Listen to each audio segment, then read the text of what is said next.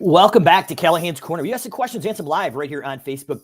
Got another user-submitted question from the service autopilot area specifically, but this is going to apply to any service business, whether you're using a CRM or not using CRM.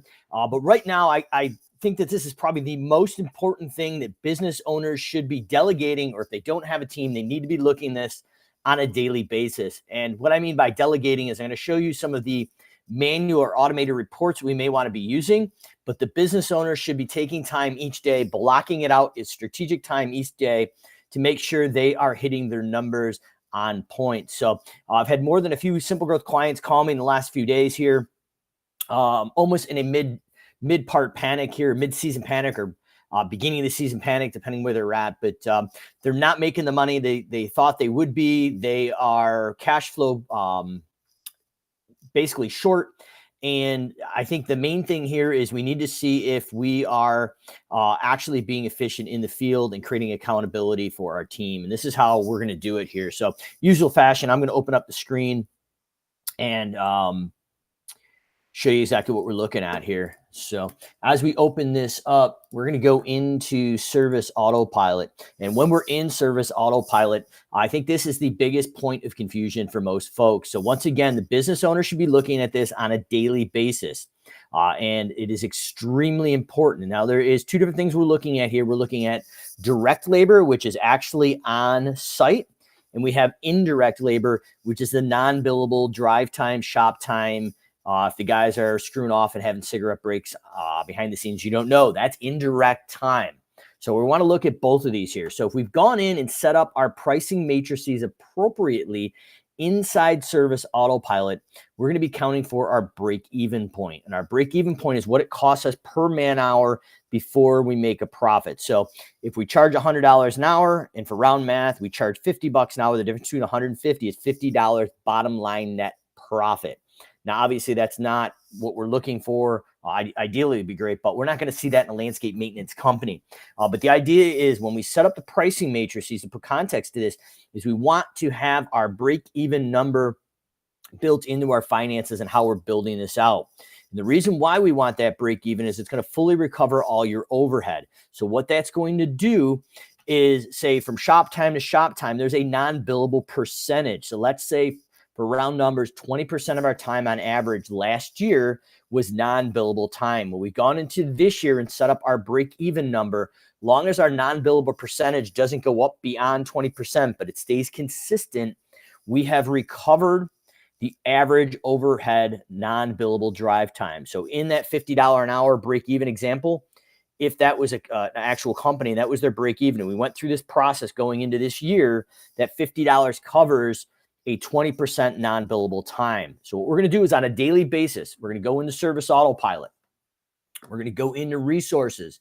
We're going to select each one of our resources here. So I've got mowing crew number 1. We're going to go into columns. We're going to hit closeout day screen. We want variance and we want actual hours. That's the data that we need. Now that we have this, I would recommend going in and creating a view. You save the view for crew 1 closeout day screen, crew 2, crew 3.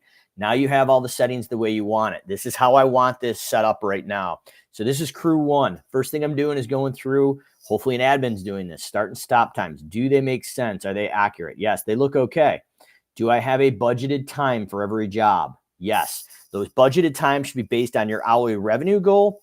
And on the price matrices, there's a budgeted break even. That should be your fully loaded break even number. So your charge minus your break even is your bottom line net profit. Final thing is we want to make sure we have a dollar amount across the right-hand column here. We have that. So we got a 2-man crew.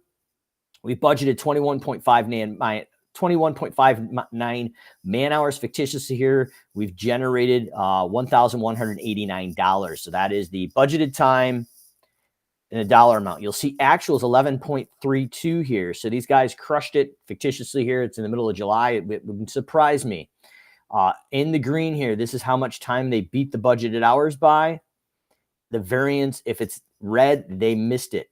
So what we want to do is take our budgeted hours right here in Service Autopilot and go into a sheet similar to this and put 21.59 hours. This crew went in and actually worked from 7 a.m. to 3 p.m. And that was from clock in the shop to clock out. In the middle of July there, they were hustling. So 8.17 hours. They took a half-hour lunch. It was a two-man crew. So based on that, my gross hours for two-man crew at 8.17 times two guys is 16.34. I had a whole hour lunch, half hour times two guys. So my total work or paid hours for payroll is 15.34 man hours. In SA, we had a budgeted time of 21.59. I pulled that from budgeted hours. Now the last part I'm missing is my actual hours. So my actual hours was the 5.41 times two guys is 11.32. Remember, this is a test account and some of this data is fictitious. But I want to show you how the data lays out, and I'll show you what a good bad scenario looks like. So I'm going to take my 11.32, put that in there. What the sheet is telling me now is I've done a assumption here, and I'm going to put in 18%. So last year, on average, we budgeted 18% of our billable time, non-billable, 18% of the time from clock in to clock out of the shop. 18% of that is non-billable time. That's dashboard time, that's shop time, that's the time. Maybe the guy's stopping at Wendy's for the frosty and a hot day. But whatever that is, on average, we're assuming we're going to be at 18% or better to hit our break-even point.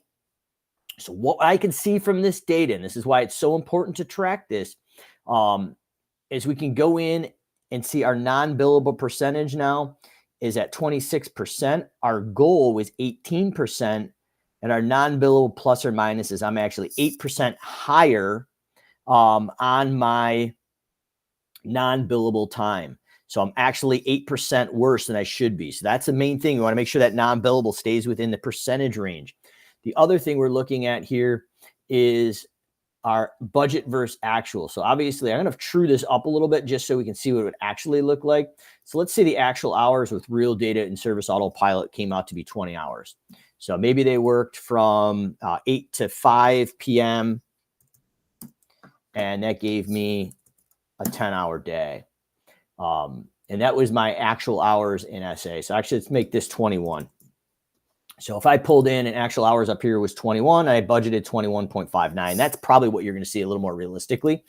But what we've got here is a budget percentage, 102%. So this is the number we use for the team, budget versus actual. We only care for the crew for the first data point is, did they hit the budgeted time on site? So we budgeted 21.59 hours. They did it in 21. They were 0.59 hours under budget. So at 102%, easy to tell the crews, hey, you gave 102%. If we had given them 23 hours, or if it took them 23 hours and we only gave them 21, we'd say, hey, you guys were 93% efficient. You didn't do 100% effort. So the idea here is we can track our budget versus actual for on-site, which includes our non-billable drive time when we set this up. So if we have this set up and our percentage here is 100% or better for the week, and our non-billable percentage is positive, we're good. So the idea here is we want to make sure that when we have these numbers, we have the ability to check our non-billable percentage, our percentage that we budgeted, 18%, and what the difference is here. So comments or questions, drop below. Callahan's Corner, US of Questions. We had some live right here on Facebook. How to get SA set up with your budgeted time based on your hourly revenue goal, your break even that includes your non-billable drive time, and then how to walk into a sheet like this to track your actual budget versus actual. This data down here, if you're looking at it in a replay or live, I've manipulated this up here so it doesn't really look accurate. But when I pull it back into the 11.23 time here that we originally had, it gets a little more accurate down here. So comments, questions, drop below. I want you to check your budget versus actual for the direct labor, and then also check your non-billable percentage each day to make sure you're falling within your budgeted constraints. Comments, questions, drop below. Callahan's Corner, US of Questions. We had some